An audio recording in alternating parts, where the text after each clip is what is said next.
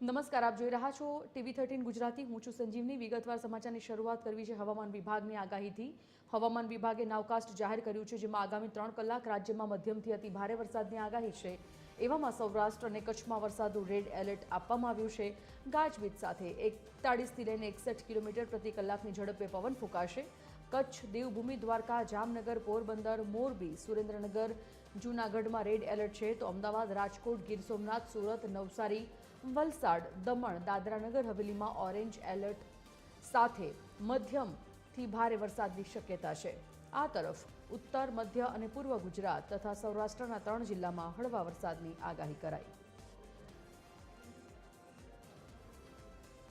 Phone line પર સંવાદદાતા અભિષેક જોડાઈ ગયા છે। અભિષેક, જે પ્રકારે રાજ્યમાં હજી પણ હવામાન વિભાગે નાવકાસ્ટ જાહેર કરી અને મધ્યમથી ભારે વરસાદની આગાહી કરી છે, હજી કયા જિલ્લાઓ પ્રભાવિત રહેશે વરસાદથી? બિલકુલ સંજીવની વાત કરીએ તો જે પ્રકારે શહેર સહિત રાજ્યભરમાં અત્યારે હાલ સાર્વત્રિક વરસાદ જે છે તે જોવા મળી રહ્યો છે। ચોમાસું જે છે તે ખરેખર જામ્યું છે અને તેના વચ્ચે હવામાન વિભાગ જે છે તે સતત આની પર નજર રાખી રહ્યું છે।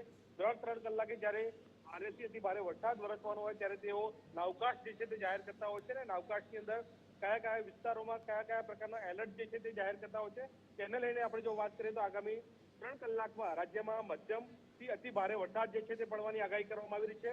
જેમાં વાત કરીએ તો સૌરાષ્ટ્રના કેટલાક વિસ્તારો અને કચ્છમાં જે છે તે રેડ એલર્ટ જે છે તે જાહેર કરવામાં આવ્યું છે, જેની વાત કરવામાં આવે તો ગાજવીજ સાથે એટલે કે 41 થી 61 કિલોમીટર પ્રતિ કલાકની ઝડપે પવન ફૂંકાય તે પ્રકારની શક્યતા જે છે તે દર્શાવવામાં આવી રહી છે। સાથે રેડ એલર્ટની આપણે જો વાત કરીએ તો કચ્છ, દેવભૂમિ, દ્વારકા, જામનગર, પોરબંદર, મોરબી, સુરેન્દ્રનગર, જૂનાગઢ સહિતના જે વિસ્તારો જે છે ત્યાં રેડ એલર્ટ સાથે અતિ ભારે વરસાદની આગાહી કરવામાં આવી છે।